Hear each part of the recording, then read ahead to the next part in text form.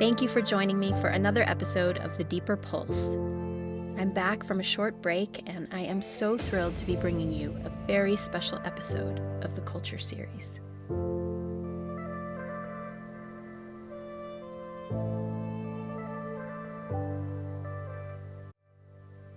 Hello out there. It is so good to be back with you on the podcast. And as you may already know, I took a little travel break, and these past 3 weeks have really flown by.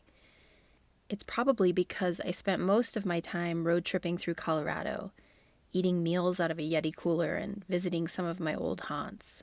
And I use the word haunt quite deliberately here. Chris and I spent 5 nights in an Airbnb in Boulder, and we booked our stay there months and months ago, around the first of the year when we landed tickets to see Brandi Carlile and the Indigo Girls at Red Rocks Amphitheater. If you've never been to Red Rocks, do yourself a favor and get there. It is arguably one of the best music venues in the country. Anyhow, the trip was planned months and months ago, and it was so crazy, somewhat synchronistic, to just happen to be in Colorado on the heels of releasing this very series. It just so happens that we were staying less than 2 miles from Alchemy of Movement, the dance studio where, in the fall of 2000, I was first introduced to a mind-body wellness practice that would turn the trajectory of my life on a dime. Soon after attending my first class, I began dancing at the studio 6 days a week, and less than a year later, I traveled to Santa Barbara, California to attend a week-long teacher training. I became totally enamored with the practice and the company, which I refer to as the org. I had already been somewhat exposed to the bittersweet lure of New Age wellness culture, but the ways in which this practice transformed my body and my way of walking in the world was undeniable. Let's just say I was all in. So while in Boulder, I decided to pay a quick visit to the studio where it had all began 20 years earlier. It was so surreal. I was flooded with memories as soon as I stepped through the doors. What's more, just down the street, less than a mile away, was the shopping center where the Dawn Center had once stood. Dawnok was another practice I became involved in around the same time. The space was now a used kids' clothing store, but it had once been a brightly painted dojo, where I'd been issued my first martial arts uniform, and I'd spent many hundreds of dollars I didn't have on weekend workshops and private energy work sessions that promised to prepare me for an enlightenment revolution. Now, I'm not going to go into all that here. You can circle back to episode 33 and the many others that follow if you want to hear that story. In a nutshell, I kicked Dawnok to the curb and I became an all-in devotee of the org, eventually working in the inner circle, overlooking red flags in favor of personal development, social status, and, most importantly, a wholehearted belief that I had finally found a sense of purpose in life. Eventually, things got so uncomfortable that I left the org. The culture felt toxic to me, but it would be many years before I'd come to understand that this was a common cultic experience. I couldn't see any of that at the time, so like most survivors, I walked away from one group only to find myself in another iteration down the road. I cycled through one culty culture after another, and the irony was that each new experience seemed to be offering me something that at the time felt like the antidote to whatever spell I'd most previously been under. You can think of it sort of as the smoke and mirrors of New Age wellness culture. In these environments, control is very often confused with connection, and lavish praise is traded for compliance and obedience. I didn't understand any of this at the time, and so I'd get frustrated and exit yet another environment because something just felt off. Eventually, I felt unable to trust my instincts, so I broke away from group dynamics altogether. Wary to join the ranks of another idealistic organization, I decided instead to build a private coaching practice. In the process, I sought online business training, and in a true plot twist that is a total mindfuckery, I'd later realize, way after the fact, that I myself had been trained in a variation of tried and true cultic systems of influence. Essentially, I learned to replicate coaching models that were designed to build a cult following through the use of laundered systems of influence and online sales funnels. Cha-ching, clickbait salvation. I never had much measurable capitalistic success using these models because, once again, I could feel that something wasn't quite right. In the spring of 2019, I finally just gave up. I let go of my teaching/coaching practice and I decided to devote myself to a question. What keeps happening? How is it that I keep seeing the same dynamics over and over again? I've since learned that despite my deep and unrelenting desire for autonomy, I will never actually be free from cultic influences until I am able to clearly understand and identify how exactly they operate. Knowing something isn't good for me just isn't enough. Saying no to one thing doesn't keep me from repeating the same cycle somewhere else. How did I get here is really the impetus for this series, which has rather gloriously led me to this week's episode and an insightful conversation with a very special guest. Janja Lalich is a sociologist and a world-renowned cult expert who some of you may even recognize. She's been featured in documentaries like Heaven's Gate, Cults and Extreme Belief, and Seduced Inside the Nexium Cult. Dr. Lalich is a professor emerita of sociology at California State University and has been studying the social psychology of controversial groups and exploitative and abusive relationships for 30 plus years. She is an international authority on cults and coercion, has written and lectured extensively, advised the international intelligence community on extremism and indoctrination, and has served as consultant and expert witness in civil and criminal cases. Now, semi-retired, Janja still works as a researcher, author, and educator, specializing in recruitment, indoctrination, and coercive methods of influence and control. She's the author and/or co-author of 6 books, including the now classic Take Back Your Life, Recovering from Cults and Abusive Relationships. In addition to working with survivors and their families, Janja leads workshops and educational sessions for government agencies, private companies, educational institutions, and nonprofit organizations. Janja's work has been profound, giving language to my own journey of recovery. Early on in this series, I very innocently tagged her in an Instagram post. She reached out to me in support and with an offer to be a guest on this podcast. We've had a few false starts, but we finally had the chance to sit down together via Zoom just a little over a week ago. I kind of think it's fitting that this episode just happened to be recorded while I was in Boulder trying to make sense of how and why it's taken me 2 decades to extricate myself from the unhealthy dynamics of culty culture. And a quick spoiler, it turns out that Janja is not only a world-renowned expert on all things cultic, she's very generous with her own story, and also just a pure delight. I have a feeling you will enjoy our conversation just as much as I did.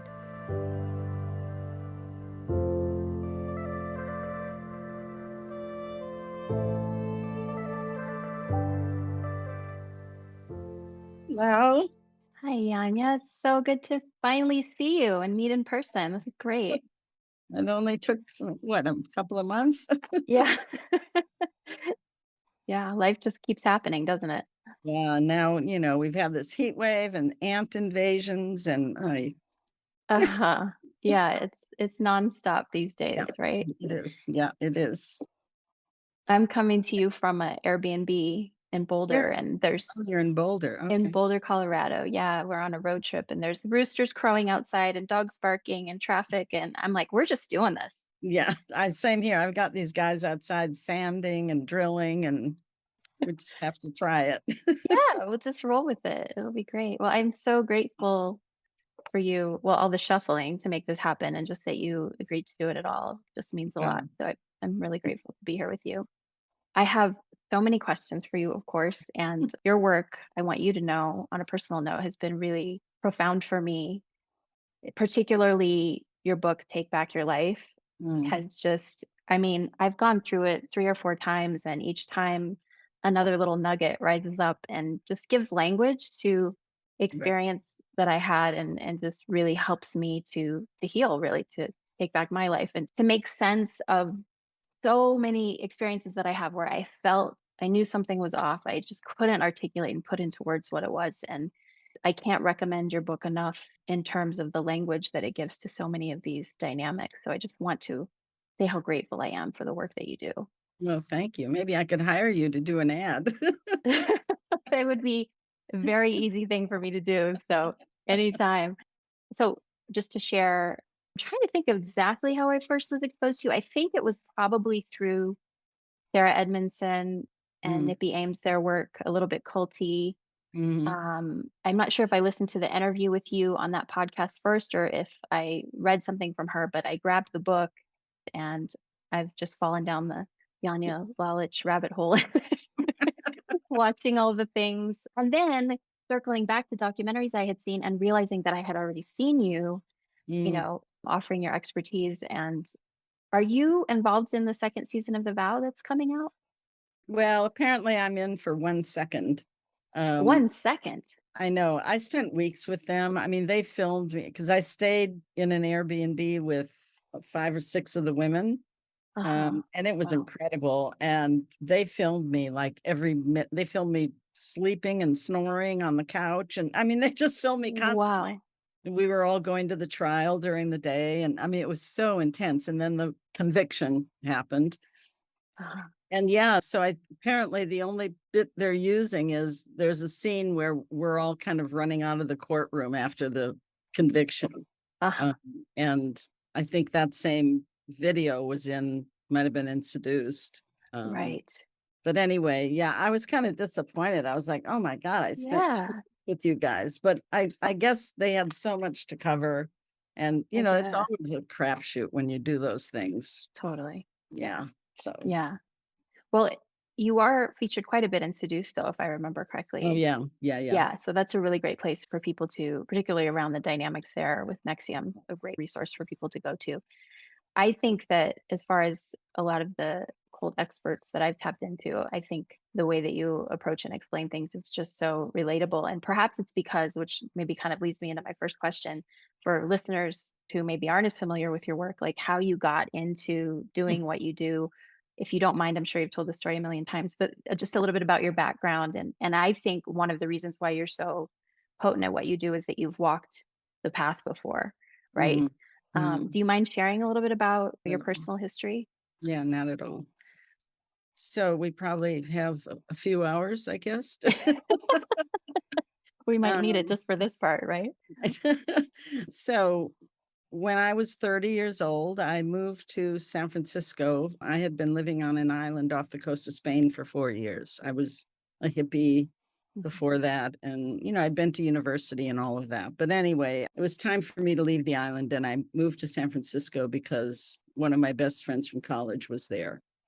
And there was a room in their house, and she was living with a group of women who had all gone to law school. It was kind of like this first wave of women who went to law school. So it was, this was like late 74, 1974. So the feminist thing was booming. We actually were mhm, living in the Castro. I was coming out as a lesbian. All kinds of stuff was happening. And the Vietnam War had just ended. And so people on the left were kind of looking for what do we do now? And so I met a woman who was a friend of a roommate, one of these stories, and mhm. we would stop and have coffee, and we'd have these great political discussions. And eventually at one point she invited me to join a study group. And there were a lot of study groups going on in the urban areas at that time among the left. So that seemed normal. So, and she said we were going to study women in the state, which sounded really interesting to me. And I thought, well, I'll meet new people. I'm new in town, blah, blah, blah. I didn't know, of course, that the study group was a front for a cult, an organization. They kept that secret. Mhm. And of course, in the study group, we all took turns like leading the discussion of the reading that week. And so we were reading a lot of revolutionary stuff, Lenin and Mao and things like that. And when it was my turn, of course, they praised me to high heaven like I was such a genius. Uh-huh.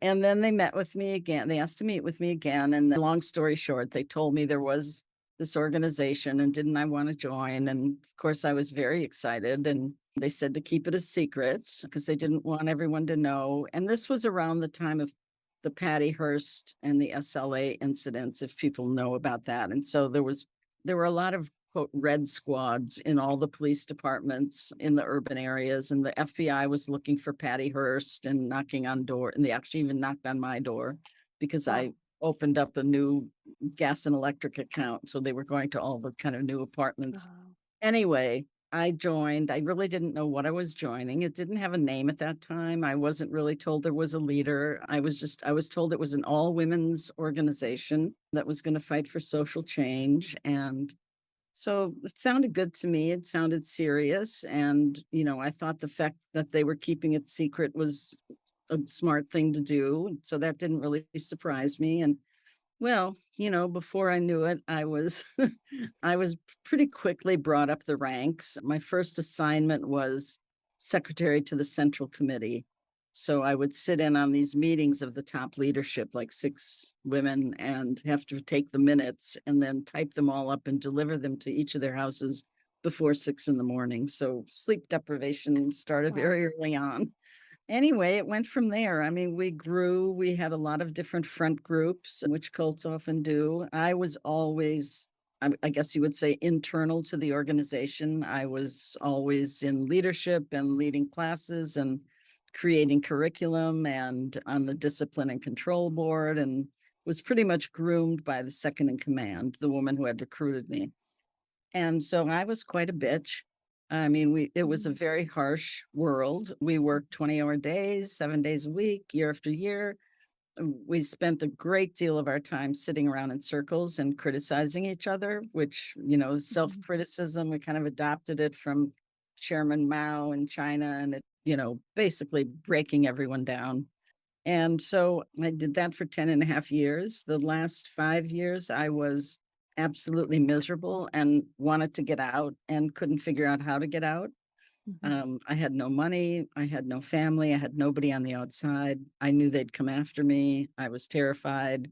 And some little part of my brain was saying, well, maybe they're right. I should Right. stay. Something wrong with me that I want to leave, all that. Mhm. I Um, do. And then, kind of miraculously, the leader happened to be out of the country, and the leadership called together all the members, and we told them what was going on behind the scenes, and that the leader was an alcoholic and arbitrary and all the corruption. And it took a couple of weeks to convince people that we were telling the truth. And then everybody just started like pouring their stories out. It was just so Wow. emotional and very cathartic, but very emotional. Yeah. And the night before she was coming back, we took a vote and we voted unanimously to expel her and dissolve the organization. So we all got out. Wow. Very unusual. Yeah. And at that point, there were probably 120 of us who were like the full time cadre members. So then we all had to, go our merry way and get ourselves together. And we helped each other with resumes. And like I ran the publishing house, which was one of my jobs. And so everybody, when they applied for a job, they said they worked at the publishing house, and I would be a reference for them. Mhm. Uh, and I went to New York to get away from San Francisco, and I figured I could get a job in publishing. And so I was both elated and miserable. I felt like I'd been let out of prison, and yet I just felt like the most complete weirdo. Um, Mhm. I was in New York City. I'd seen maybe 2 movies in 10 years. I just felt completely alienated from everybody. I'd have to go on these business lunches. I didn't know what to talk about. And it was really tough. And sort of a combination of factors happened that led me to realize I needed to be in therapy. And another miraculous thing, at the time, there was a cult clinic in New York where the therapist, yeah, worked with cult survivors and families. And I ended up getting the most incredible therapist who more than once saved my life. I had so much guilt and shame because I had been in leadership and I had done such shitty things to people. Yeah. And so I was pretty suicidal a lot. Anyway, once I felt better, I moved back to San Francisco. New York was really tough in those years, drugs on the street and stuff. So I went back to San Francisco. And after 10 years out of the group, I finally went to grad school. It took me 10 years to make that decision. Mhm. I kept thinking, I can't do it. So I went to grad school and got my PhD and got the job teaching sociology at one of the California state universities. But all of that time, I was going to conferences and speaking about cults, especially political cults, because when I got out, which was 86, 87, all anybody talked about was religious cults. So I started going to conferences and meeting people and writing articles. And then I wrote the first version of Take Back Your Life, which was called Captive Hearts, Captive Minds. I think that came out in 94. And then I ended up being really good friends with and working with Dr. Margaret Singer, who Oh, wow, was great. the Yeah. clinical psychologist who was kind of the preeminent cult expert for decades. Yeah. She lived in Berkeley. And so we wrote 2 books together, and she was a mentor and a friend. And so here I am today. I mean, in 2019, I retired from the university and I moved back to the Bay Area. And I thought I was retiring. And then the pandemic happened and QAnon and anti vaxxers. And suddenly my Right. phone and my email was just bursting. And I haven't stopped since. So I've been I was swept by wondering, the yeah. cultiverse. Yeah, I was wondering about that because I kept reading that you were retired, and I was like, "She doesn't seem very retired." No, I'm not very retired. In fact, I'm exhausted. I'm tired, but not retired. Right, there you go. If retired means tired again, then Yeah, yes. exactly. Yes. Oh, Yeah, well, thank you for sharing that story. It's so great to hear it direct from you, and, of course, there's always new details that emerge, and one of the things that's intriguing to me about your story is that the organization that you were involved in did have a leader, and it was a female leader, which isn't as common. right. And the organization that I am no longer involved in, I was involved in more than one culty organization over the years, but the one that I worked in the inner circle of is still led by a woman who, when you've described certain aspects of your experience with your leader, they just seem to have an awful lot in common. And I think it's just worth noting because when we hear and see these, like, especially sensationalized stories about cults, it's usually some charismatic man who's got, a harem. And there's Right. sort of this particular trope, which obviously you and I know there's a lot of variations that don't necessarily get covered, but we don't see a lot about female led cults and how that can show up. And so that's really an intriguing piece for me. Like, do you see that? Is it true? Is it just what I'm seeing in terms of what's depicted? Is it less common that there's a woman sort of at the helm? Yeah, Or, I mean, I think, probably at least 2/3 or more of cult leaders are male. Mhm, And I think in part it's the way men are raised. Men tend to be more assertive, more aggressive, mhm. um, have narcissistic tendencies, whatever, are in most of our societies still today, men are considered superior. And so I think that kind of just lends to them becoming cult leaders. There Yeah. certainly are, and there always have been women cult leaders, and they haven't gotten as much attention. I think in part because, in the early years, those groups weren't as sensational as the groups Mhm. led by men. But that I think that has certainly changed. So even most recently, we've seen, I don't know if most people have probably heard the podcast or seen the video, the documentary about Teal Swan, Yes. and also Love Has Won and Lula Rich, Lula Rich. Yeah. yeah. So I think people are getting used to the ideas like, oh yeah, women can do this too. I Yeah. mean, narcissism holds no bounds, it's Yeah, for sure. opportunity, personality disorder. So Yeah. So true.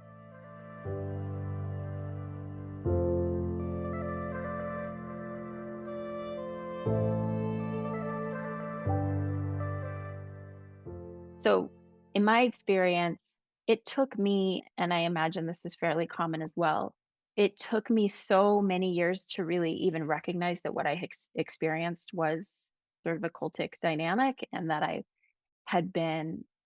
I imagine, I mean, it's like when we're in a cult, we think, oh, it's not a cult, right? right, of but course. but even coming out of it, and because so much of what I had seen until recent years in terms of depictions of cult were these extreme sensationalized stories, right? Mhm, mhm, And it's not until recent years that I'm seeing these more nuanced portrayals and seeing, like, I know Nexium got pretty, Keith Raniere was diabolical and it got pretty gnarly. And the doorway in was very much like what I experienced, a personal development company, very much the indoctrination around being at cause and looking at your own stuff and everything circling back to personal ownership and never mhm, holding the leaders accountable, all of that. It was more subtle. Perhaps because I was in it, but also because there wasn't this crazy plot twist at the end. It was just this slow erosion of personal power over time. And when I got out, I didn't even realize the impact that it had had until I began working with a therapist again years later. And she actually asked me the question of, have you ever examined your spiritual wounds? Mm, And when she said that phrase, it just cut deep because I felt like I had lost my ability to even trust myself, right? sure. That moral injury that gets spoken about. And I feel like I'm kind of going way ahead of where I wanted to go, but I want to say this right out of the gate because I think what I'm so curious to talk with you about is just the ways that these dynamics are present all around us all the time and in these self-help and personal growth containers. I've worked as a coach for 16 years and I feel like I'm walking on eggshells around this stuff all the time. Like, did I inadvertently slip into a certain kind of behavior that's maybe, reinforcing these dynamics and pulling myself back? And it's such a subtle thing. And I just am so curious to talk with you because I feel like I've seen you interviewed about these extreme situations so much. I'm so curious, what are your thoughts, especially in the culture being what it is right now? And like you said, suddenly your phone's ringing off the hook because there's a pandemic. Like, why is that? And what makes this emergence of cult dynamics so present right now? And how is it showing up in these subtle ways that maybe we don't have our eyes open to because we're just looking for these extreme examples? What are your thoughts on all that? Well, a couple of things, because you touched on a lot. First of all, it started back in the 60s and 70s with the human potential movement, which now has evolved into this kind of personal development stuff. But the human potential movement and the therapies that were being experimented with and the stuff that was going on at Esalen out in California and the beginnings of what was known as attack therapy, there would be these groups of people who would get together, supposedly under the guise of, we're going to be more aware of other cultures and other ethnicities, but they really kind of turned into these kind of attack everybody situations. That then evolved into what started with what we call the large group awareness trainings, right? So EST and Mhm, Landmark and Psy World and Avatar, there's just a jillion of them at this point. So all of that stuff, along with all of the new age stuff that I consider things like talking to ascended masters and seances and crystals and all that stuff. I mean, we had TV shows where, there were ghosts and it was all became completely normalized, right? It mhm, just was all of it seeped into mainstream society and seemed to be acceptable. Then it all got into the business world with all these training programs, right? So you have entities as high as the government sending their people to these courses where they had to like hang on ropes and do whatever and be mhm. tied to each other, some really extreme situations. Wow. But it was all like, oh, well, this is what we were sent to do this by our company. We have to do it. We can't say no, right? And if you talked against it, you were ostracized at work. And so there was that pressure. So we have this society that's completely enmeshed in this sort of quick fix magical thinking, right? Mhm, And the acceptance of the idea of gurus or people who know better than we do, right? And that started because in the 60s, we changed the immigration laws. And up until then, it was very difficult for Asians to get into our country because of the war. So in the 60s, when we had a more liberal government, that law changed and in came the Indian gurus, right?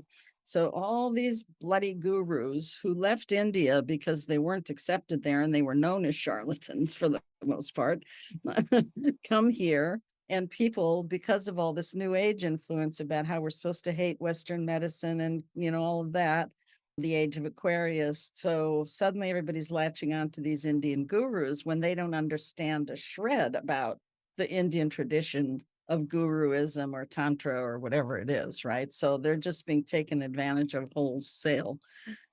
So all that together brings us to where we are today, right? We've got it in so many. Oh, and then of course the multi-level marketing people who use the same techniques as the LGATs did, the large group awareness trainings. You're in this ballroom and they use these high arousal techniques and they get everybody pumped up. And then you know what I'm talking about. And I'm sure most of your listeners do, right?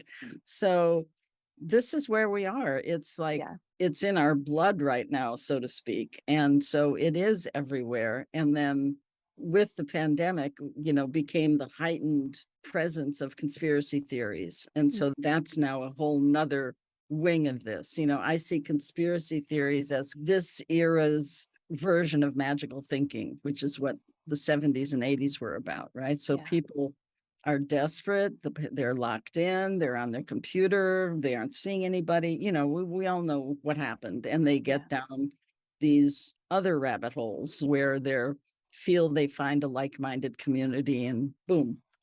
Mhm. And then, of course, we had that man who was our president for a while, and Mhm. he reinforced all of the us versus them thinking, which is a Yeah. hallmark of a cult, right? So Yeah. we find now that people feel they have the license to act out. So there's so much violence, so many shootings, people being assaulted because they're wearing a mask, whatever it is. So this kind of culty closed-mindedness is just around us all the time. Yeah. And Yeah. it's frightening in a way, and it's obviously harmful. I mean, some of it, I suppose, is more benign, but it's tough. Yeah. And I mean, I could work 24 hours a day if I had the stamina. Just the amount of calls and queries that I get of Yeah. every sort, Mhm.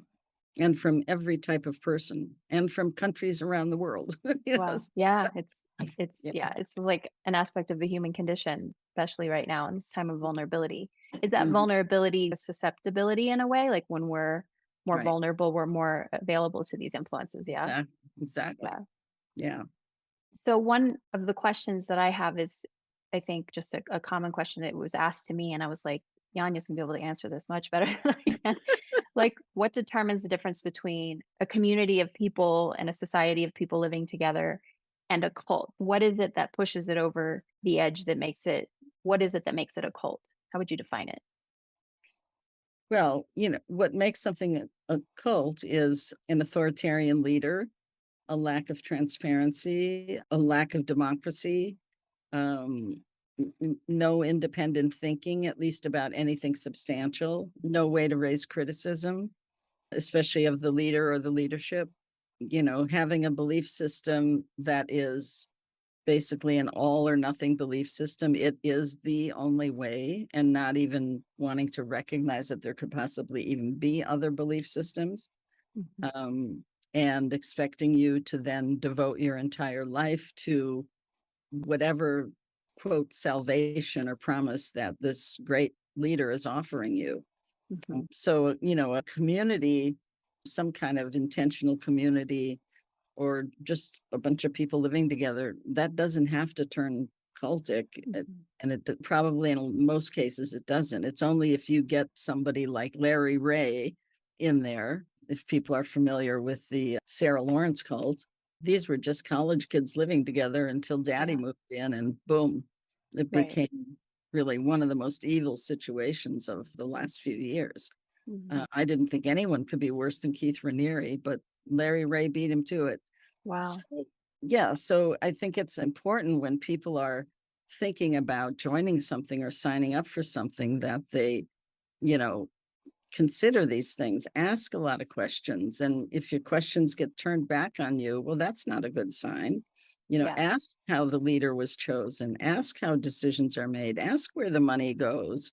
And if they tell you, well, you don't know enough yet to ask that question, then leave. Because Right. if they're not answering your questions, that's a red flag, right? Right. Yeah. I was talking to a woman the other day who said she went to some retreat, and when the head, the guy they went to see walked in, everybody had to get down on the ground and bow down to him like he was God. And she said right then and there, she was like, no, Yeah. I'm doing this, right? Right. Yeah. So try to keep your wits about you as much as you can, especially in the Yeah. beginning, before you get too swept up. And slow down. People need to slow down, you Yeah. know? And if they make you sign a waiver that says they're not responsible, well, that right there tells you something, because why would they Mhm. make you sign a waiver unless something bad's going to happen, right? Right. Yeah. And a lot Yeah. of these training programs now make you do that because they've been sued so often, because people Mhm. have been hurt or damaged or died or whatever. So signing a non-disclosure or some kind of waiver of responsibility, don't do it. Yeah. Yeah. Well, that's part of doing research about the organization you're getting involved with as well, Right. right? If they're Yeah, discouraging that, that's another red flag. exactly. Or they're saying, oh, they're just those are the sort of They're just non-believers, the bad people mouthing us. Yeah. yeah, they're just not as enlightened as we are. It's sort of Yeah. the vein of where the communities that I was involved in would come from. And I think what makes it so tricky in new age wellness circles, like where I was involved, is this sort of rhetoric around abandoning your ego, Oh, right? yeah. It's like your ego is sort of the enemy, which is basically like disidentify with who you really are and defer to our authority. And that was something I was hugely vulnerable to in my late 20s and early 30s when I was really involved in all of this. And even to this day, to a certain extent, there's so many different ways they spin that, like get out of your head, Mm-hmm. right? Don't overthink Don't things overthink because it. I was just going to yeah, say that's right. it's so common, and I get that a lot because I have a lot of wheels spinning up here, and it's taken me years to actually celebrate that about myself. I Yeah. have an intellect that's firing on all cylinders, and I've been told to like deaden that. Yeah. Yeah. Yeah, it's No, really big red flag now for me. yeah. Yeah. Yeah. Yeah. There's so much of that. And it's such, I mean, and it's actually such hypocritical bullshit, this whole abandon your ego, because essentially a lot of those programs or groups or whatever are all about ego Yeah. and self-indulgence, right? And not doing a bloody thing about society, where you're supposed to feel really good about yourself because you're meditating as though that's going to do something good for the world. Not that I'm against meditation, but Uh-huh. putting that spin on it is just ridiculous. Yeah.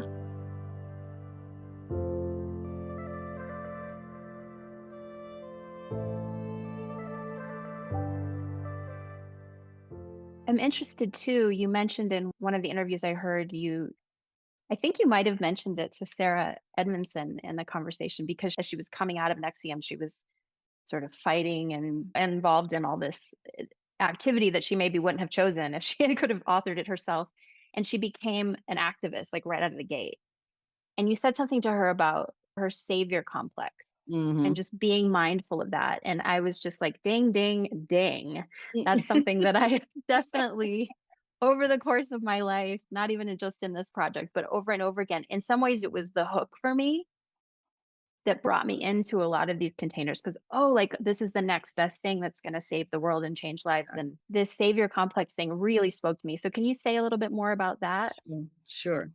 So, first of all, I think it in part stems from the fact that despite all the myths about who joins cults, like stupid, weird, crazy, lazy people, in my 35 years of doing this, I think I can firmly say that if there's a common denominator among the people who join cults, it's idealism, right? It's people who want to better the world, better themselves, better their family, find perfect enlightenment, if you will, Mhm. financial success, but it's some form of idealism. And 9 times out of 10, it's about the world and not just about yourself, right? Yeah. So people get into things because of their good intentions, and then they spend whatever amount of time in this organization thinking that whatever they're being told to do is because they're saving the world, right? Mhm. Mhm. Ultimately. So when they get out, two things happen. They're still left with that feeling of, I want to change the world, save the world. But now it sort of focuses back on all those people who are still left in the group. And I want to help get them all out. I want them to see what I'm seeing, right? Mhm. Or I want to expose the group and tell the authorities or whatever. And so it's kind of this leftover feeling and also the need to have a purpose, right? While we're in these Mhm. groups, we think we have a purpose, and there's nothing wrong with that. We all want purpose in our life and meaning. So then we get out and there's this huge void, Yeah, for right? sure. Mhm. So this is going to give you purpose again, right? If you're either going to go back and save everybody or whatever, or you're going to start a podcast and tell the world, or you're going to, whatever. Guilty. Whatever way you're going to do it, exactly.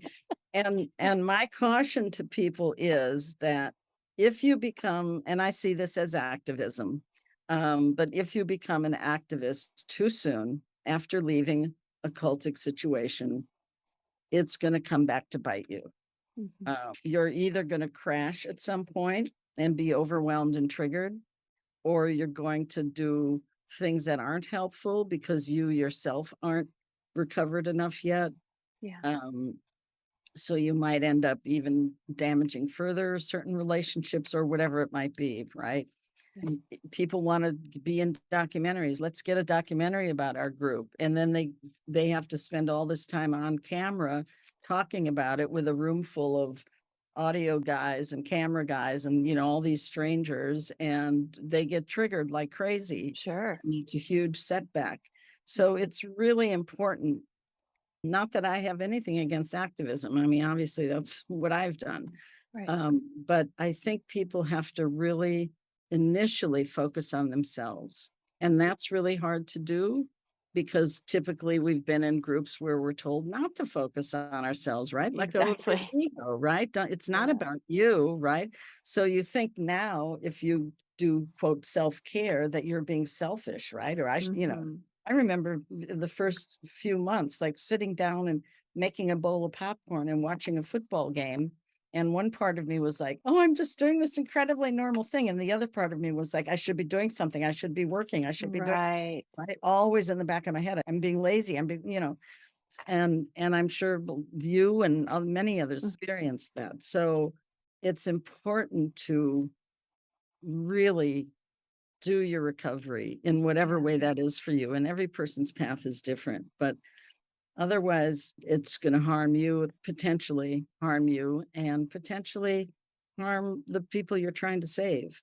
And I know it's difficult. I know it's hard to find therapists who understand this. I know there aren't that many resources available. I went through the same thing. And so I know it's hard. I hear it day and night from Yeah. Canada, Europe, wherever. There aren't therapists who get it.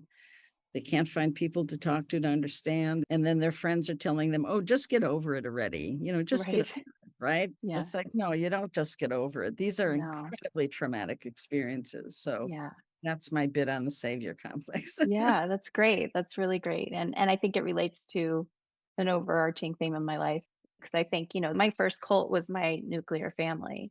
Mm, There was a patriarchal leader that called all the shots and we were all just walking on eggshells. So I feel like my indoctrination started when I was like 4 years old when my mom remarried. So I see that for many, many years, my desire to heal was just completely projected onto people all around me. Like I was the wounded healer running around trying to do all the right. things for everyone else. And yeah, it took me a long time to really be in recovery, right? And still I'm still in it.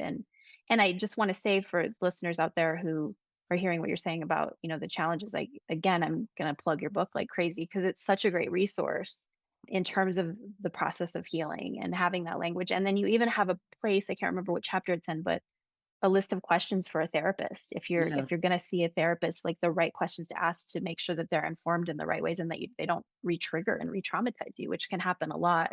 Yes. Yeah, for Yeah. sure. Especially right now, I'm living 20 minutes outside of Sedona, Oh which God. just circumstantially, yeah, Man. circumstantially, that's yeah, where my mother-in-law is. And it's like, I mean, thankfully, I'm where I am so that I'm not triggered just walking around town. I remember when I went to Sedona, it was actually, I was working on like Gabriel stuff then. Gabriel Oh, Sedona, who's, I don't know what his name is now, but I was working with several families who had adult children in Gabriel, and a couple of them were fighting for custody of their grandchildren because they didn't oh, want them raised there. And right. so my partner and I went to Sedona for like a long weekend, and I was just Uh, like, oh my God, this is it's like like over the top. new age culty heaven. It It's like really is. burn. It really is. Yeah, it so is.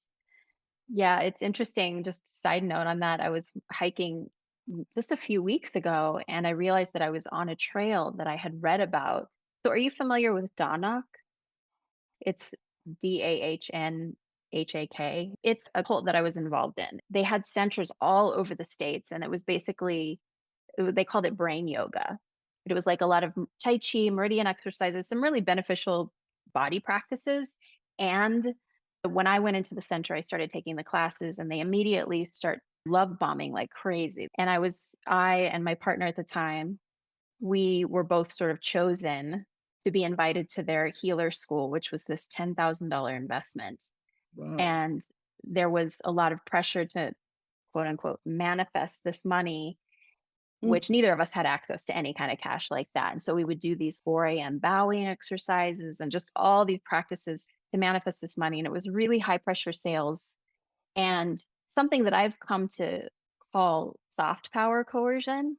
What I've experienced in the new age wellness spheres, and even working as a coach and being trained to create online sales funnels and be like a celebrity coach and all that stuff, which I could never get behind. This different way of coercing people, like just loving them so much that they can't possibly Yeah. say no to you, Oh, yeah. right? It's Hmm. so common. And I Hmm. just, when I hear the word coercion, I don't hear as much conversation about how, especially how much this is being used in the self-help commercialized arenas, how we're literally trained. I've gone through so many online business trainings as a coach and working in personal development. You're literally trained to do this. They Yeah. don't call it love bombing, Right. but it's essentially what you're doing. You find the pain point and then Right. you activate it. You put a timeline around how quickly they need to sign up, and then you're just loving at them the whole time until they finally say yes. It's so icky. It's always felt just so gross to me, and that's why I backed away from the whole arena of self-help, and I went back to school and got my master's in social impact. I was like, there's got to be a better way to help people than this. This does not feel good. I'm not even sure what my question is, but it'd be interesting to hear your take on how recruitment happens in this sort of what I call soft power coercion, like how that gets manipulated too. Like, you, have you seen that in your work a lot? Yeah, I mean that's what it is, right? I mean, Mm. the problem is, like you said, I think people think of coercion as somebody holding a gun to your head, but that's Mhm, not what coercion is. I mean, coercion is way more subtle than that, mhm, and that's what we need to get the courts and law enforcement to understand, as they've been doing in some countries now, like in the UK and in, I think, New Zealand and Australia and Scotland. It's now in the books.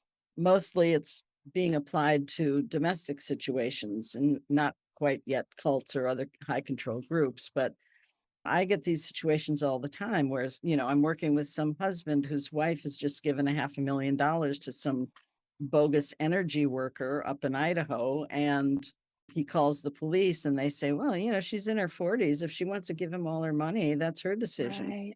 Yeah. And he's like, first of all, it's my money, but Oh, there's no. that. But they don't get that people can be swayed Yeah. in these sometimes obvious, but often way more subtle ways. Mhm. And the more you're invested in something, and the more you've bought into it, then the harder and harder it is, and the easier it is for them to push you on to the next thing and the Yeah. next thing. And yeah, I mean, I see that all the time. So it's sometimes more obvious, like at a gathering where I mean, we did this in my cult. We'd have these dinners for workers, right? Because we were supposed to be recruiting the workers. And we'd have like Thanksgiving open house and we'd have 50 turkeys, right? Wow. And of course, none of us were supposed to say we were part of this political organization. And then, maybe 5 workers would come, so each one could have a turkey.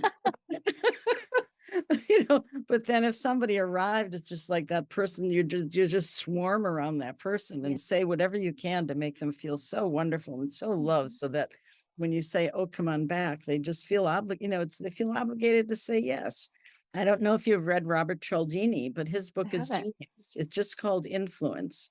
And Oh, he's okay. the social psychologist. Actually, he's probably retired now, but he was at University of Arizona.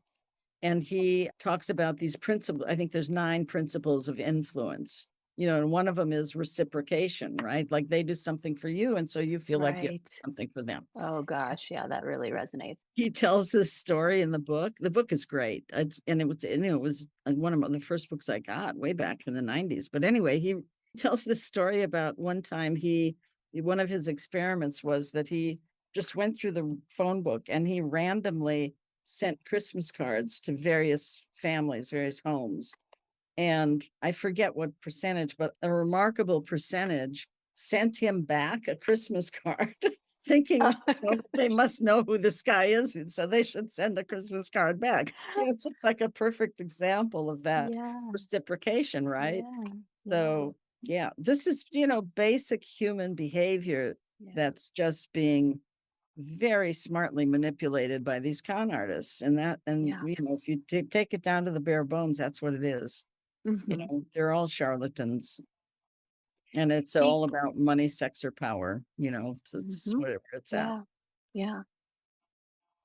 Do you think that has it been your experience that people who have, I mean, I would say like most of us on some level have a small t trauma in our background, but people who have more of a trauma history are more likely to be exploited in terms of these dynamics? Have you found that to be the case at all? Well, yeah, I mean, I think there is a lot of that. On the one hand, I truly believe, and I say all the time, that anybody can get recruited into something or some kind of cultic situation because all it takes is running into someone at that vulnerable moment. And we're Yeah. all vulnerable thousands of times in our lives. That's not Yes. an illness. That's not a weakness. Hmm. It's raining today, so I'm vulnerable, right? Or I Yeah. have an ant invasion, so I'm vulnerable, right? Right.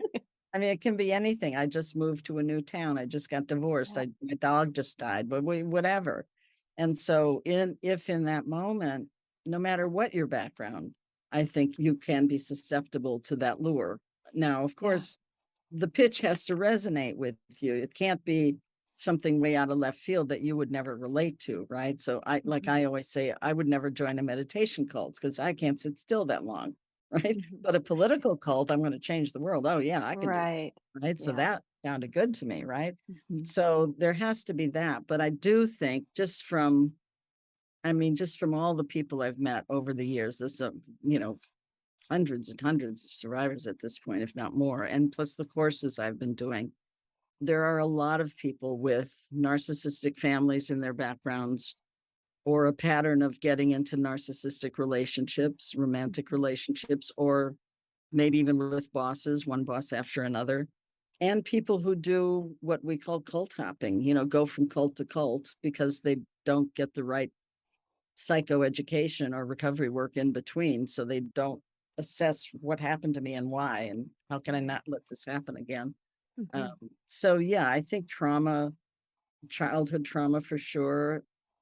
But to tell you the truth, I've hardly met anyone who doesn't have some kind of trauma in their That's background. yeah, exactly. I mean, As soon as they started asking the question, I was like, well, yeah, yeah, who is that? I mean, yeah. yeah. And I think, right now, like narcissism is really trendy. And I think a lot Hmm. of that came because of that guy who was our president for a while. And Yeah. people finally knew what that term meant and started Hmm. talking about it. And so then there started being more awareness of it and people being in relationships with narcissists or their family or whatever when it wasn't really talked about before. And so people started reading the books, and maybe it's used a little too much today because Yeah. people tend to jump on bandwagons, Yeah, for sure. um, but I think it's good that there's attention coming to that because there's a lot to know about narcissists and how they operate and the different types of narcissists and the reality that they don't change. They're not going to change. So you're beating your head against the wall if you think you're going to change that guy or that woman or that sister Yeah. or whoever. And so I think it's important people get educated about that. And certainly the cult leaders, most of them are what we call malignant narcissists, which means there's a bit of psychopathy or sociopathy, and that's when things get really ugly, like with Keith Raniere Yeah. or Larry Ray or, some of the really more Mhm. vile cult leaders. Yeah.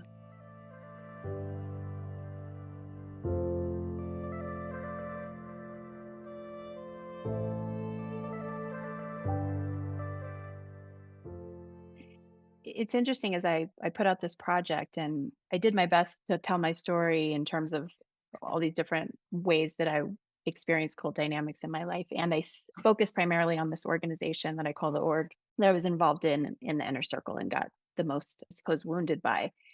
And then I interviewed another woman who came out and we've had conversations and it's since been circulating among this community because the organization still exists and there's lots of people who are still in it. And it's circulating pretty widely. And the people who need to know who we're talking about absolutely do.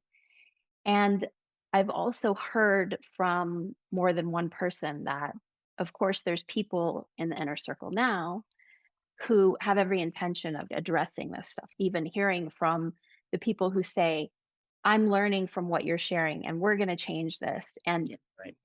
Right. And have you ever seen that happen? Like, No. No, because well, because of one thing of what I said, which is narcissists don't change. You can't yeah, change them. There's something wrong with their brain. They're not like us. They don't think yeah, like us. And that's what's hard for people to accept, yeah, that people can really be that way, especially the really evil ones. But, in a sense, that happened in my group. So in my group, the cult leader split with her second in command, which was a big mistake because the second in command is really who ran everything and who mhm, knew everybody inside out and who was very effective in her way of working with you and talking to you or criticizing you. And she trained me.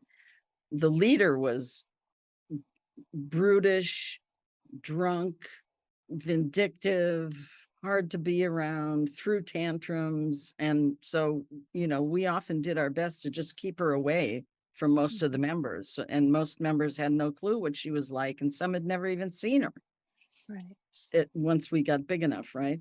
So she broke with her second in command, which was really stupid. And she basically banished her to her house, and no one was supposed to see her and all of that. Well, Rosa, her name was Rosa, while she was in confinement, she started reading books and she started reading about adult children of alcoholics, which she was one. Mhm, And she started putting some shit together. And then she secretly started talking to some of us and saying, mhm, hey, I think we've got a problem here, blah, blah, blah. And so it kind of opened up this can of worms that suddenly we were talking about stuff which we never, ever, ever had been allowed to talk about. mhm. At the same time, the leader started to go to therapy because we were working her so hard, right? And of course, none of us could ever go to therapy. I mean, that was like, no, no, no. But she started going to Mm, therapy so she could complain about us all the time. And she came back, and at one of the inner circle meetings one day, she said, I think we have to have quality of life circles or, some bullshit name like that. And we need to get all the branches, that's what we called our meeting groups, get all our branches together, and people should talk about their quality of life. And those of us in leadership were like, oh my God, she doesn't have a clue what she's doing. This is going to blow uh-huh. the whole thing wide open, right? Yeah. And basically it did. It didn't Uh, happen exactly like that, but that's the point at which she left the country. And enough of us had been talking, and enough of us who were like the people who had been in almost the whole time. Like one of my colleagues and I, we were about to go to Frankfurt to the book fair because we ran the publishing house. And we got on the plane at 5 in the morning. And as soon as the door shut, we looked at each other and said, we're in a cult. And we mm, spent the whole time in Frankfurt crying and eating mm. frankfurters and drinking big things of beer and looking for jobs. And meanwhile, the same thing happened back home. Everybody just blew. It was just Mm. spontaneous. Interesting. So this idea that these people in leadership are saying, oh, we hear what people are saying and we're going to talk about it, Yeah. it could lead to an internal volcano. It may not. This is what happened in the Hare Krishnas, where all the child abuse started coming out, that the children were sent to these gurukulas, the schools in India, and there was horrific sexual and physical abuse. Years later, they filed a class action lawsuit against the Hare Krishnas. And it was a huge to do. And at that time, this Prabhupada was already dead. So there were like these 10 guys who were left in charge, 10 or 12. And some of them said, we should expose this. And half of them said, no, we shouldn't. But it Mhm. started a whole kerfuffle. And I don't know where this word kerfuffle comes from, but everybody's using it lately. I Do like you? it. I I know. haven't used it, but I'm going to start. Yeah, I know. It's like, and so anyway, this huge kerfuffle happened and it exposed a lot. And they did change some things. There were some dynamics were changed within the Hare Krishnas. It's still not the healthiest of organizations, but Right. so some of these things do have kind of a ripple effect. But in most cases, I'd say the cult leader is going to clamp down and a couple Right. people will probably get expelled and things will carry on. I would certainly never put all my hopes in that basket. Yeah. Yeah. I've made the decision not to become involved in that conversation. I've been Mhm. invited into it and I don't feel like that would serve me. Yeah. And one of the Good things that I feel, self-care. Yay, yay, yeah, self-care. yeah. Well, and I feel like the centering of the leader and the organization is the problem Yeah, for me. And I'm done with that. I'm going to pay attention to myself and connect with the people who, want to connect around our experience. Like you said, sharing, whether it's with a Frankfurter and a beer or whatever it is, like let's, let's unpack this together and connect with people like you who are doing this work. And I feel like that in some ways, the need to save the organization is really just another symptom of the indoctrination. Cause I look at it now, 16 years later, and I'm like, it's just another mind body fitness practice, like whatever. It's not the end all be all. It's not this thing that we need to save because it's going to save the world. And oh my gosh, we right. have to make it work. Right. I think that being invited to have those conversations, I just feel like, no, that's just not useful Yeah, for me. And I'm done with the self sacrificing storyline yeah, that I need to, save everyone right, from this internal monster that nobody's willing to really deal with. right. I mean, we did the same when we broke up. Like I said, all of us were out, and then these debates started, and we kind of scattered around the country. And this was pre-internet, so we'd write these documents and make copies and mail them all around it. And this whole debate started about, well, was it worth it? Was any of it worth it? Yeah. I've just been rereading my journals because I'm writing a memoir, and I've Oh, written writing the cool. journal, and I'm saying, no, it wasn't worth it, God damn it, and I don't wanna be part of Right. these discussions. I don't have time for I'm not gonna talk about was it worth it. It hurt people. It hurt a lot of people Yes. very badly, and that's all that really matters, you know? Yes. So that's such a natural tendency to cling to it, to not let For it go sure. in a way. Yeah. I wanted to make sure you know Laura Tucker. The name is familiar. Remind me who she is. She has a podcast called Free Your Inner Guru. Yes. I watched her interview with you. Yeah. Yeah. Because she was a coach as well, and so Yes. I think you'd have a lot to I've been connect. thinking of reaching out to her. Yeah, I think Yeah. you should. You let her know you Okay. talked to me, and, I we will. still follow each other on Instagram and stuff. I love her. She's one of my favorite Great. people. Yeah. Great. Yeah. Yeah. I'll definitely reach out to her. I mean, I always remember her podcast because that was my famous line of "There are no gurus." Yes. That's become my mantra. Yeah. It's honestly, that's been so key for me. And even in the years since I've been out of the org, getting close to like sort of, it's like a moth to a flame. I catch myself and then I'm like, what are you doing? Right. Mhm. And really that's my thing has been nobody has spiritual authority Right. that lives inside of me. Like I've had to find that and Mhm. stay connected to that. And it's sometimes I have to reel myself back. There I go Mhm. again, right? Mhm. Um, but one of the things I wanted to ask you was a question that I actually had from this small support group that myself and Tracy, who was featured on my podcast, we started for people who have left the org that has been mind blowing. The stories that people are sharing in some ways, and maybe this is also common, not even realizing how bad it was until you start hearing other people's stories. And I left 16 years ago and did a lot of work and yet remained silent the whole time Yeah. because of all the good that the organization does Yeah. on the fringe, right? I know you've spoken a lot about, you call them LGATs, the large group awareness trainings. Mhm. Our organization there were like belt levels, right? They'd be anywhere between 10 to 50 people, depending on the level, and it was a very specific kind of atmosphere. They were called intensives, and they were most certainly intense. And one of the women said that she had a lot of peak experiences in these environments. And that even now, as she's woken up to these dynamics and wants nothing to do with the organization, she finds herself missing that high, that altered state. And she's wondering, along with many of us, like what to do with that misguided longing when you're steeped in new age wellness and that becomes the norm, even the meditative practices, all the different things. And if you could explain a little bit what's happening there in terms of those high arousal experiences, and maybe if we understand a little bit more what's going on, there can be a letting go of nostalgia around that. Does that Mhm. make sense? Yeah. Mm. What are your thoughts? Have you ever dropped acid? I haven't dropped acid, but I did get slipped something at a concert and I was hallucinating and I went to the hospital. And yeah, so I've been in a very, very altered state before. Yes. Okay. So Yes.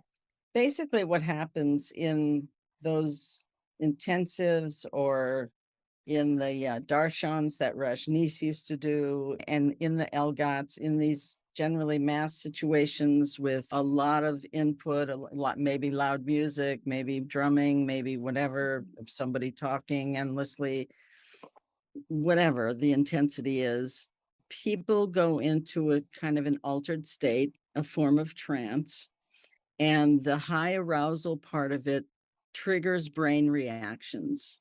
And it's basically your brain reactions that are setting off these, what you interpret as a peak experience. So for me, it would have been an LSD high, right? I Right. saw the Beatles marching through my living room. I swore they Right. were there, right? Yeah. I mean, Yeah, for nobody's going to sure. tell me the Beatles, Sergeant Pepper's band didn't walk through my living room, right? So it's the same thing. It's that you attribute whatever happens to you in that state to Mhm, whoever got you there. And so in mhm. these cases, it's the coaches who got you there, or it's Rajneesh who got you there, but they didn't get you there. It's your own bloody brain that got you there. Right. So those are actually your personal experiences that your brain set off and reacted to the intensity of all of the things that were happening around you. Right. Mhm. And so they will be different for each person because every person's brain is different and what's packed in there with everything else and what traumas and whatever. So, whatever these experiences feel like, whether it's sometimes it's frightening, sometimes it's a past life experience, sometimes it's like a spiritual awakening, sometimes somebody thinks they're Jesus, and that's then they become a cult leader, right? But it's all of your own doing in that Right. sense. It's mechanistically or physically Mhm. your brain doing that, and it was set off by everything that was turned on around you, Right. right? So anybody can make that happen to you.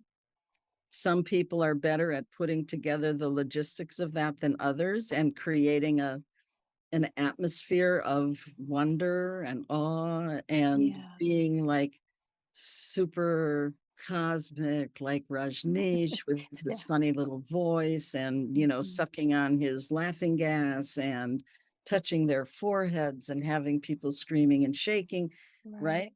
Yeah. And so, or people are lying on the floor. In a lot of large group awareness trainings, people are like rolling on the floor, or there's rebirthing, there's, whatever they Yeah. want to call it in whatever program.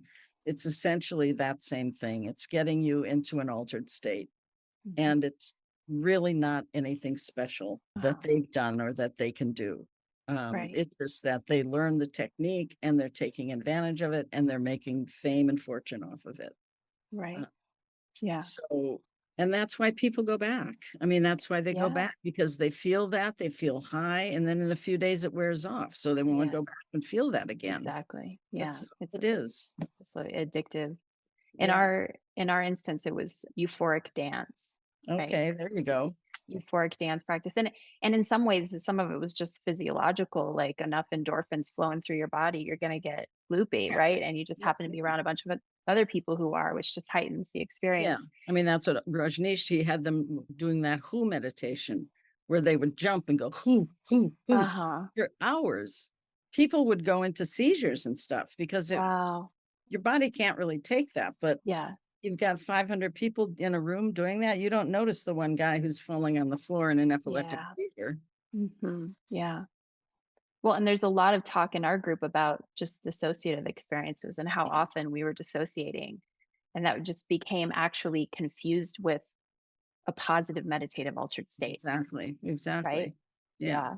Yeah. And Mhm. all this false sense, this false sense of power and ability. Like one of the LGATs got sued because their thing was to make you do your worst fear, right? Like go and do your Yeah. worst fear. And so there was a guy who couldn't swim and he decided he was going to jump in the lake and swim and Mhm. he drowned and he died.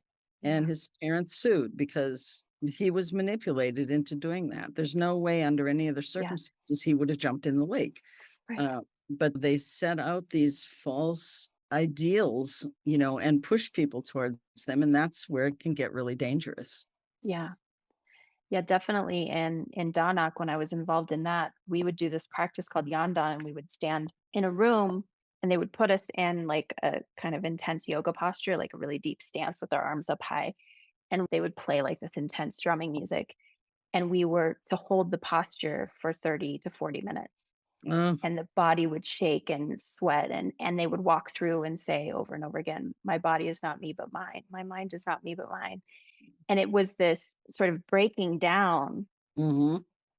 this, like, listening to those signals, and I didn't know, of course, where it was headed, and I wasn't able to manifest the $10,000 for the healer training, and I did eventually. I transferred, thankfully, to a different center where their high pressure sales was a little more overt and transparent, and I just finally said, "No, I'm turning my back on this." I was so proud of myself, and then I turned right into another cult. It took a hard turn. You and millions of And others. right, yeah. So, but when I left, years later, I learned about a woman by the name of Julia Seiverls who was involved with Zanuck and did go through the program that I was thinking of going through. And she actually died on a hike on a trail in Sedona, a Mm. hike that they had everyone go on this hike in July in Sedona at 9 in the morning with a backpack full of rocks Oh my God. and very minimal water. And she, of course, this mind over matter thing Yeah. that, I mean, that could have been me. I mean, I was on the track of overriding. I would hold the posture for 35 minutes, Yanya. Like, my body would be screaming at me and I would do it. And I thought it was connecting me to my true self, Right. Right. right? And I'm interested, you speak about in the book, I can't remember if it's Take Back Your Life or Escaping Utopia, which I also love. You talk about, what is the word you say? Doubling? Oh, doubling. Yeah, Yeah. that's a term that I don't know if that came from Lifton. I don't remember. Basically, it's this idea that you kind of have your real self and your cult self, and not in the sense of, what we used to think of as split personalities, but Right. there is the persona who is trained in the ways of the cult, who can and will do things that the other you never would have done or wouldn't even try to do or couldn't do. Yeah. Right. And that's kind of the clash. I think that's part of the cognitive dissonance that goes on with people because I mean, you've probably heard me say this. My feeling is that everybody has doubts. Even, I mean, I was way up there Yeah. and I Yeah. had doubts. Yeah. Same. And everybody has doubts, but you can't express them. Exactly. And once you're indoctrinated enough, you berate yourself for having those doubts, right? 100%. Yeah. But the doubts don't go completely away. They go and they sit on a shelf in the back of your head, right? This is my shelf metaphor. I love this. Keep Yeah. going. And then when enough things happen that get loaded on that shelf, right? At some point that shelf breaks. And that's the cognitive dissonance. It's that the reality you're living in doesn't match the reality of the real world or the reality that you know is different. And so it Mhm. creates this very uncomfortable mental conflict, really. It's an Yeah. uncomfortable space. And some people will consistently choose for their belief system. They can't let go of their belief system, right? And Mhm. that's what Festinger talked about. He's the guy who kind of conceptualized cognitive dissonance with this UFO cult that he studied. But the little shelf breaking kind of lets you know there's something not right here. Mhm. And you may not think it's a cult.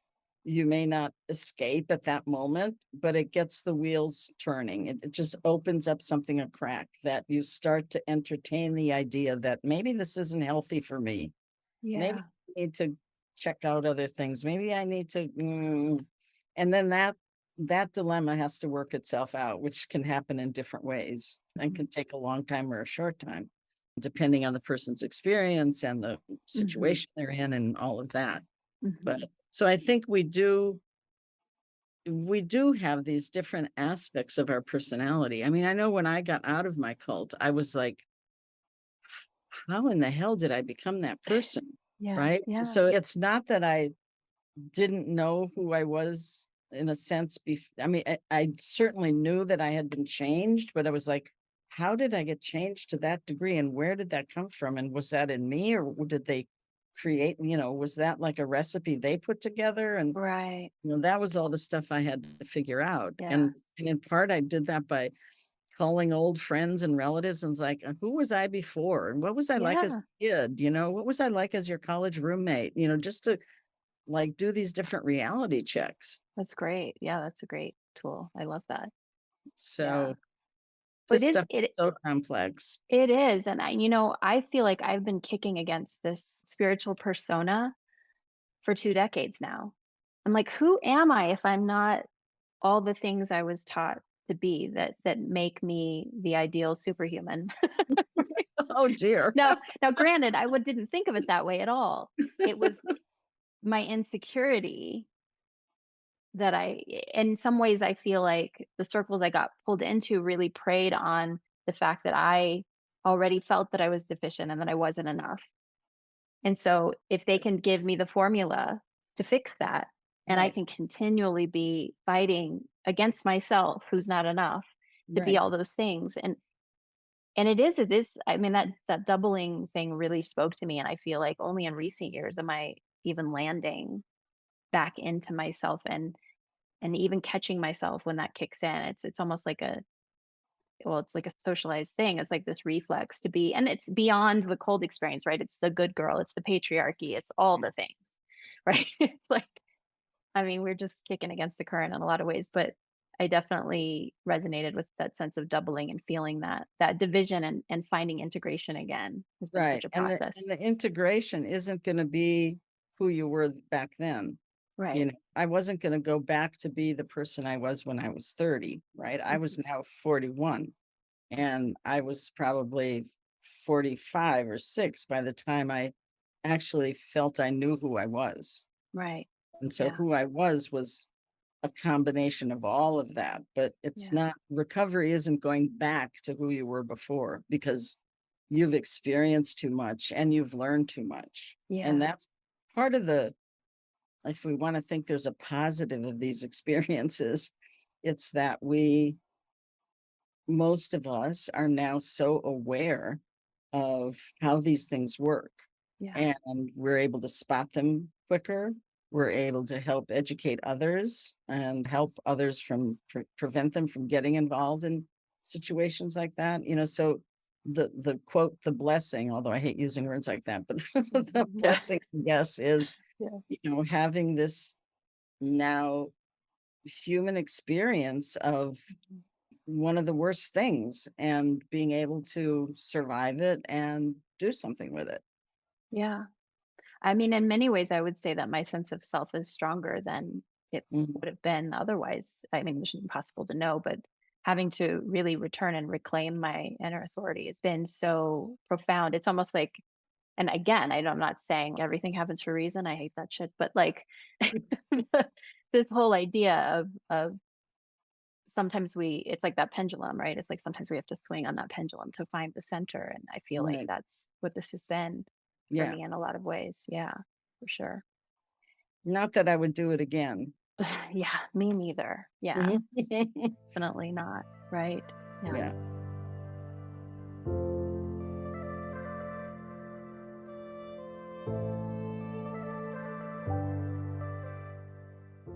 I did take many years and now I'm self expressing about these experiences. And really, for me, it was more of a creative than educational project. It was more just, I need to bring what I now know from the inside out. And it just happens to be that I have a podcast and I get to share it with other people. And one of the questions that's come to me as we're in this circle of sharing our experiences, obviously, there's a great benefit in expressing and telling our stories, right? That's pretty key. Is there like a point at which that's no longer helpful in Helpful terms to who? of our healing journey? Like we're taking back our life, but are we spinning the story so much that we actually need to learn to separate from it? Is that like kind of where therapy comes in, or like what are your thoughts around Well, that? I think it's different for each person. I think people find it helpful, especially at the beginning of their awakening moment or whatever we want to call it, right? I think they find it helpful to talk about it, to find people who understand what they're talking about, Mhm. maybe support groups or whatever we want to call them, or reading stuff, reading other people's stories. And I mean, I see recovery as sort of a roller coaster where you're going to go through periods where that's all you want to do and think about. And then there are going to be times it's like, I don't want to even hear the word cult anymore. And I just want to, like, go to water world or whatever people do. Like, I just want to be life. Right. Yeah. And so I think that there's kind of that up and down. And I think, it's different for every person. I think for some people, they're going to speak out for a while and then that was enough and they'll go off and do their life and maybe never talk about it again, at least publicly. Right. Yeah. Whereas other people might end up doing it for a few years or I mean, I don't know that I intentionally did it this way, but obviously this is what I did. It's like, Hmm. I mean, I certainly had years when I did less of this, but it was always some part of what I was doing, either Right. writing a book or giving talks or whatever, teaching it in my Mhm. classes. When I was teaching, I couldn't do as much because we had such a high teaching load, but that's when I wrote Escaping Utopia. That was one of my research projects. So, I think it's different for everybody. Yeah. And I think some people don't ever want to speak out, and that's okay. Yeah. There's no Yeah. obligation.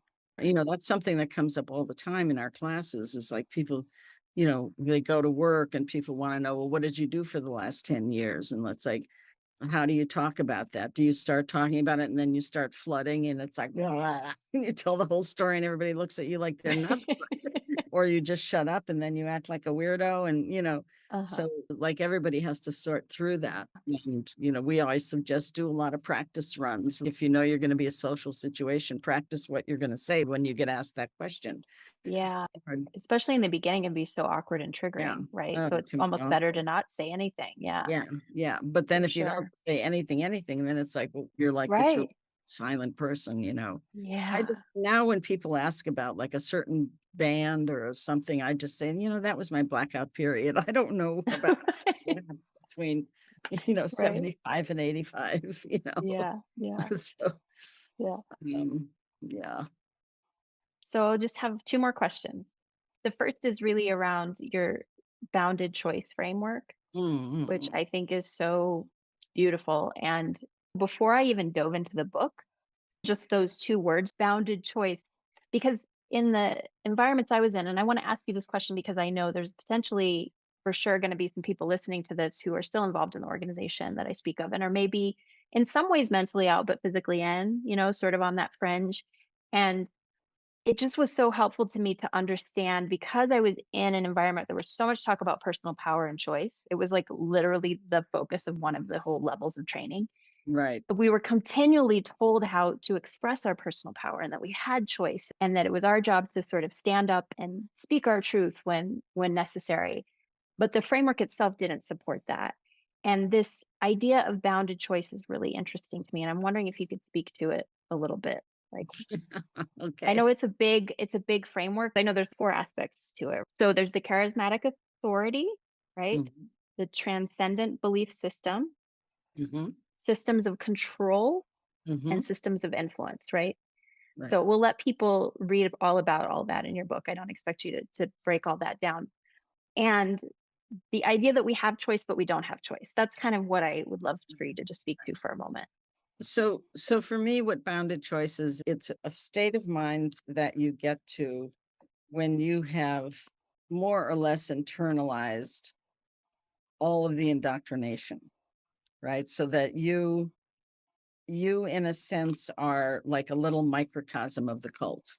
Mm, Right? So at yes. that point, in your mind, you cannot imagine life outside of the context of that group because life outside the group means death, either literal or figurative, right? So for Yeah. some cults, it really, people are threatened with death or their family's going to be killed or whatever, right? There's like horrible paranoia implanted into people. But it could also be figurative, in the sense that you're going to lose your chance on that self path to salvation or whatever it is, Mhm. right? So you cannot imagine life outside the group. You're so deep into it and it is so much a part of you. Yeah. Once you get to that place, you have choices, but the choices you make are determined by the will of the leader and the will of the group. so that you have choices like inconsequential things. Now, depending on the cult, it might be where you live or the car you buy or the Yeah. food you eat or whatever. You can certainly decide that. But big decisions like, am I going to talk back to the leader?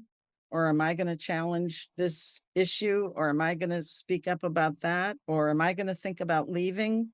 You cannot entertain those ideas. Those are Right. choices you don't get to make, Mhm. right?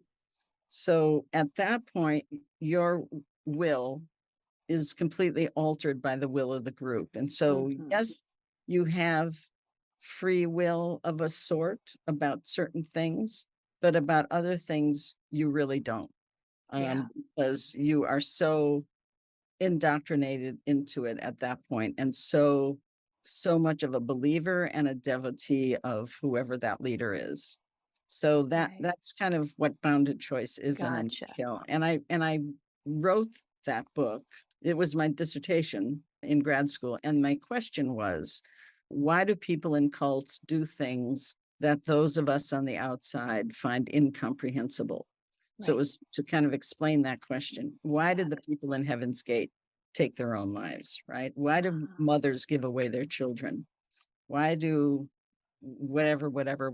right. Why Right. do we do the things we're asked to do when Yeah. never in our lives we would have done those things, right?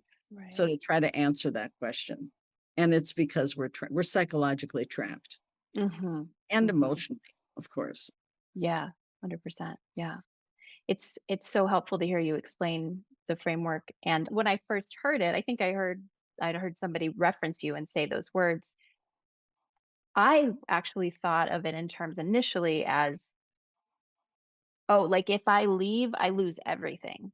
Mm-hmm. Like I'm bounded in that sense. If I leave, I no longer, and this is how it was. Like I no longer have a community. I no longer have a job. I no longer have a spiritual Exactly. practice. I no longer have like all of those things. But that framework is what's created that reality. So it's just another way of looking at Yeah. it And in that's terms of exactly what it is. okay. Yeah. Yeah. Yeah. Okay. So I did understand it. Good. You're living in a bounded reality. Yes. Yes. And 100% so that. that's Yeah. the what I call the self-sealing system. Everything's Yes. closed in on itself, Uh-huh. and then Oh. you are closed in on yourself. And that I can't remember, maybe you know triple isolation? Somebody spoke about triple isolation I was reading, and they said you're isolated from the outside world, you're isolated from people within the group because you can't Yeah. complain Yeah. or talk about anything, and you're isolated from yourself. Yeah. And that just ding, ding, ding ran to all Yeah. 3 for sure. And seeing that even now, like there's a couple of people in this group that I worked with 16 years ago, and they're sharing things that I had no idea occurred in their reality. And they probably heard my story and felt the same way. And we were close friends. Wow. And I had no idea. And they had no idea, right? We were taught not to communicate Exactly. Well, with each exactly. other. Yeah. Same thing. It's, I mean, in our group, spouses, whoever. I mean, you didn't know where somebody else worked. You didn't know what they did. You didn't. oh, Yeah. wow. So Yeah. relationships were just bullshit. They were based on nothing real. Right. Yeah. And that's Hmm. why I think that happens a lot when people leave cult. A lot of couples, especially if they met in the cult, end up getting divorced when they leave because Mm, those really weren't real relationships right. in many Yeah. ways. Could see that. Yeah. So, what can we do to make this type of education more mainstream? Like, what I That's just the feel million like, dollar oh, question. yeah. Yeah. Well, I'm starting a nonprofit and hopefully that can be one of our programs. Yeah, well, if there's anything I can do to support and help, I would be more than happy to because it's just feels so important. Yeah. Yeah. I'm actually revising and updating Take Back Your Life. So Oh, it'll have a lot of new stories in it, personal accounts, and cool. updating the stuff on complex CPSD. Because when the book was written, no one was even talking about complex Right. CPSD. Yeah. So that's pretty exciting. And yeah, just a lot going on. And you're writing a memoir? Yeah, that's in the back burner. Uh-huh. I'm trying to write a memoir in the middle of all this before I die. Mhm. But anyway, if people, my website, janjalalich.com, it will always have announcements about the new nonprofit, which will eventually have its own website, but Uh-huh. And cultresearch.org is another way it's to the get to same you. Yeah. thing. It's Yeah, the that's same the site. same Okay. website. Yeah. It's easier so people don't misspell your name, right? Yeah. I Exactly. know how that goes. They have the same thing. Not an easy name, I know. That's so great. Well, Take Back Your Life and Escaping Utopia are the two books that I've read and highly recommend. Yeah, thank And you. I'll stand up from my couch cushion and applaud for those few seconds you're in the vow. I was like hoping you were going to be, they were going to feature a lot of your expertise in it, but I'll still watch, although not as excitedly. Tell them that. I would love to. Yeah. I'll be in And plenty of other documentaries, believe me. I mean, I actually have yeah. a crew coming here tomorrow to do one, Oh, so, really? yeah. You are There'll just, be there'll be one coming out about Larry Ray and the, Sarah Lawrence cult. I'll be in that one, but that, it usually takes a year, so, who knows how long. yeah, Yeah. they just come out whenever they come out, so. Yeah. Yeah. Great. Well, it's been just such a pleasure to talk to you. And if there's anything, any way you need people to be involved to spread the word about something, just let me know. I'd love to stay Great. in touch with you. And thank Yeah, you so this is much. wonderful. Yeah, thanks, Candice. Glad we Yeah, you're finally made it welcome. work. I know we did it. Okay, Take so good care. to you. Bye. Ciao.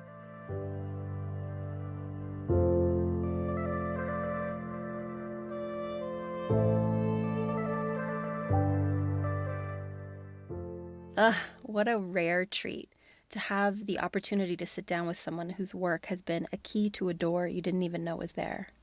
Huge, massive thanks to Janja for spending so much time with me and with us, and for her willingness to be so brave with her work and her own personal story.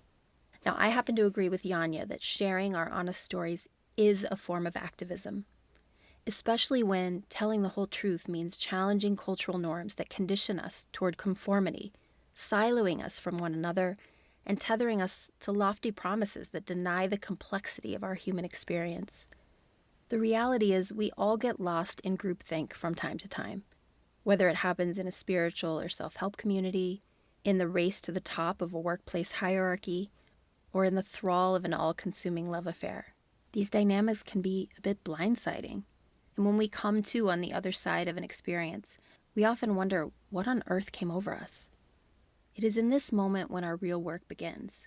Sometimes it's not enough to know what happened to us. We must also understand the why and the how of it. We must take time to learn from our experiences, to go deeper than the drama, to understand mechanisms of influence. Which is why I encourage you to pick up one or more of Dr. Janja's books. I have earmarked and highlighted the hell out of my own copy of Take Back Your Life. And I also really enjoy the audio version, which is read by Nexium survivor and brave as fuck whistleblower Sarah Edmondson. If you aren't familiar with Sarah, she's featured in the HBO docuseries The Vow, which Janja and I referenced in our chat. The second season of The Vow is set to release on October 17th. I cannot express the debt of gratitude I feel toward people who are doing work in this arena. Dr. Janja Lalich, Sarah Edmondson, Nippy Ames, my hopefully new friend Laura Tucker, and so many others who are bravely working to raise awareness and provide psychoeducation to those of us who need it most. Which, side note, I happen to believe is all of us. I'm going to keep saying it, culty culture is every damn where. So we're going to keep unpacking it, how easy it is to lose ourselves in the social pressures all around us. And on that note, in an act of extreme self-care, I've decided to trust my own honest rhythms and take a longer break before I continue on with the series. So I'll see you in the late fall, and as always, thank you so much for tuning in. Keep on trusting your gut and moving toward what moves you. Ciao.